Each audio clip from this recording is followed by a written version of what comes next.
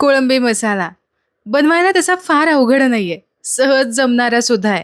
पण ती चव आपल्याला काही साधता येत नाही किंवा कोळंबी किती शिजवायचं म्हणजे ते रबरासारखे लागणार नाहीत, हे काही आपल्याला कळत नाही. म्हणूनच आजची खूप साऱ्या टिप्ससहित साधी सोपी अशी कोळंबी मसाल्याची रेसिपी मी तुमच्यासोबत शेअर करतीये. सगळ्यात आधी तर आपण लागणारं वाटण तयार करून घेऊ. तर वाटण तयार करण्यासाठी इथे मी पॅन गरम करण्यासाठी ठेवलंय. थोडंसं तेल यामध्ये घालायचंय आणि सगळ्यात आधी तेल गरम झालं की यामध्ये अर्धा चमचा जिरं घालायचं. हे फुललेलं जिरं वाटणामध्ये इतकं भारी स्वाद देतं ना खरंच.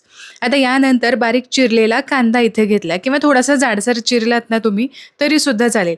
पण मात्र परतण्यासाठी अजिबात कमी कसर ठेवायची नाही. थोडासा असा मऊसूत झाला, ट्रान्सपरंट झाला की यामध्ये आलं लसणाची पेस्ट किंवा अर्धा इंच आलं आणि 10 ते 12 लसणाच्या पाकळ्या तुम्ही इथे घातल्यात तरीसुद्धा चालेल. आलं लसणाची पेस्ट घातल्याने काय होतं माहिती आहे का, एकदम खमंग ते परतता येतं आणि चवसुद्धा खूप छान येते. साधारण 2-3 मिनिटांसाठी परतून झालं, की मग यामध्ये मोठ्या आकाराचा टोमॅटो बारीक चिरून घालायचा. सोबतच थोडंसं मीठसुद्धा घातलंय. थोडीशी कोथिंबीर घालायची किंवा मग कोथिंबीरीची देठं असतात ती बारीक चिरून घातली तरीसुद्धा चालेल. आता अगदी टोमॅटो मऊ होईपर्यंत परतून घ्यायचा. मी अगदी थोडासा परतलाय. वाफवून घेऊ म्हणजे तो लगेचच मऊसूत होईल. साधारण 2-3 मिनिटांसाठी वाफवून घेतला. टोमॅटो जो आहे तो छान मऊसूत असा झालेला आहे. हे आपलं वाटण तयार झालंय. आता तुम्ही म्हणाल, की इथे मग कांदा मोठा जाड असा चिरून घेतला असता तरीसुद्धा चाललं असतं. पण तुम्हाला सांगू का, जाड कांदा चिरला की तितका वेळसुद्धा लागतो तो परतण्यासाठी. जर कांदा आधीच व्यवस्थित असा परतला गेलेला असेल ना, टोमॅटो व्यवस्थित मऊसूत शिजला असेल, तर मात्र त्याची चव जी आहे ना, ती थोडीशी वेगळीच येते. आता मी गॅसची फ्लेम बंद केली होती आणि यानंतर कसुरी मेथी घालून मिसळून घेतलं. तुम्ही असं एकदा वाटण नक्की तयार करून बघा. म्हणजे कोणत्याही नॉन-व्हेजसाठी असं वाटण तुम्ही तयार केलं ना, याचा एक वेगळाच खमंग सुवास येतो. आता तयार केलेलं हे जे वाटण आहे, ते आपल्याला आधी थंड करून घ्यायचं आहे. तोपर्यंत कोळंबी आपण मॅरिनेट करून घेऊ. अगदी बेसिकच मॅरिनेशन आहे. त्यामध्ये थोडीशी हळद घातलेली आहे आणि फक्त हळद मी व्यवस्थित लावून घेतेय. बाकी इतर कुठलेच मसाले वगैरे घालायची गरज नाहीये. आता थोडंसं हळद लावून मी एक 5-10 मिनिटांसाठी साईडला ठेवणार आहे. तोपर्यंत आपलं वाटणसुद्धा थंड होतंय. आता वाटण थंड झालं, की आपण मिक्सरच्या भांड्यामध्ये काढून घेऊयात.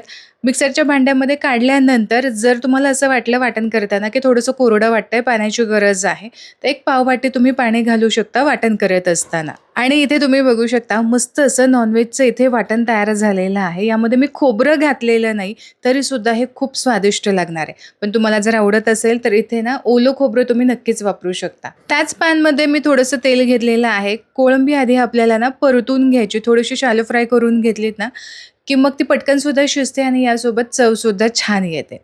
आता सगळी कोळंबी एक-एक करून मी या पॅनमध्ये घातलेली आहे. उलट-पलट करत साधारण 2-3 मिनिटांसाठी आपण छान अशी परतून घेऊ.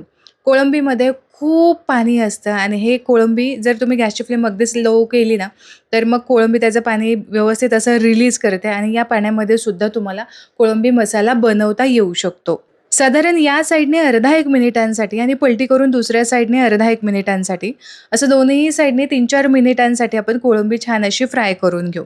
आणि तुमच्या इथे लक्षात येत असेल, की कोळंबीने भरपूर पाणी असं रिलीज केलेलं आहे. जेव्हा आपण परतत असू ना, त्यावेळेस 30-40% इथेच कोळंबी शिजलेली असते. कोळंबी छान अशी परतून झाली आहे. पाणीसुद्धा बऱ्यापैकी रिलीज केलेलं आहे, कारण गॅसची फ्लेम मी लो केलेली होती. जर हाय केली असती किंवा मीडियम टू हाय केली असती, तर इतकं पाणी रिलीज झालं नसतं. आता तयार केलेलं वाटण यामध्येच आपल्याला घालायचं आहे आणि जे काही बेसिक मसाले आपण यामध्ये वापरणार आहोत, ते घालायचं आहे. घरगुती तिखट जे साठवणीचा मसाला असतो तो मी इथे घातलेला आहे. काश्मीरी लाल मिरची पावडर 1.5 चमचे मी घातलेली आहे. धने पावडर 1 चमचा घालायचा आणि कोणताही नॉनव्हेजचा मसाला तुम्ही इथे घालू शकता. चवीपुरतीचं मीठ घातलं आणि सगळं साहित्य चांगलं एकजीव असं मिक्स करून घेऊ. आत्ता गॅसची फ्लेम मी मध्यम केलेली आहे. कोळंबी बनवत असताना तुम्हाला फार असा रस्सा नको असेल, थोडंसं लपतपीत हवं असेल, तर फार अशी पाणी घालायची गरजसुद्धा पडत नाही. पण जर रस्सा ठेवायचा आहे, भातासोबत खायचं आहे, तर मात्र थोडंसं एक्स्ट्रा तुम्ही पाणी नक्कीच घालू शकता. आता सगळं साहित्य चांगलं एकजीव मी मिक्स करून घेतलं. तसं तर वाटण आपण खूप छान आधीच परतून घेतलं होतं. त्यामुळे आत्ता खूप जास्त परतण्याची सुद्धा गरज नाही आणि कोळंबीसुद्धा आपण परतून घेतलीच होती. सगळं साहित्य फक्त एकजीव मी मिक्स करून घेतलं. आता यामध्ये पाणी घालूयात. इथे मी फार नाही, एक अर्धा 1 ग्लासभर पाणी इथे मी घातलं असेल वरून आणि हवं तर तुम्ही गरम पाणीसुद्धा घालू शकता. सगळं छान मिसळून घेतलं. आता यावरती आपल्याला झाकण लावायचं आहे आणि झाकण लावून साधारण एक 7 ते 8 मिनिटांसाठी किंवा खूप कोळंबी मोठ्या असतील ना, तर मात्र 10 ते 12 मिनिटांसाठी इतकाच वेळ आपल्याला शिजवून घ्यायचं आहे. आणि तुम्ही इथे बघू शकता मस्त असे कोळंबी मसाला इथे तयार झालेला आहे. थोडंसं मी जास्त आटवलेलं आहे, कारण मला थोडंसं दाटसर अशी ग्रेव्ही हवी होती. म्हणून थोडंसं आणखीन दाटसर मी करून घेतलंय. पण रस्सा हवा असेल तर तुम्ही अगदीच तुमच्या इच्छेप्रमाणे, आवडीप्रमाणे ठेवू शकता. मस्त चमचमीत असा कोळंबी मसाला इथे तयार झालेला आहे. वरून थोडीशी कोथिंबीर घालूयात. भातासोबत, तांदळाच्या भाकरीसोबत कमालीची लागते. मी ही तांदळाच्या भाकरीसोबत सर्व्ह केली होती. ज्वारीची, बाजरीची सुद्धा चालेल. तर आशा करते आजची ही कोळंबीची रेसिपी तुम्हाला आवडली असेल. रेसिपी आवडली तर व्हिडिओला लाईक जरूर करा. तुमच्या मित्र आणि परिवारामध्ये नक्की शेअर करा. आणि हो, जर आवडली असेल तर कमेंटमध्ये नक्की कळवा.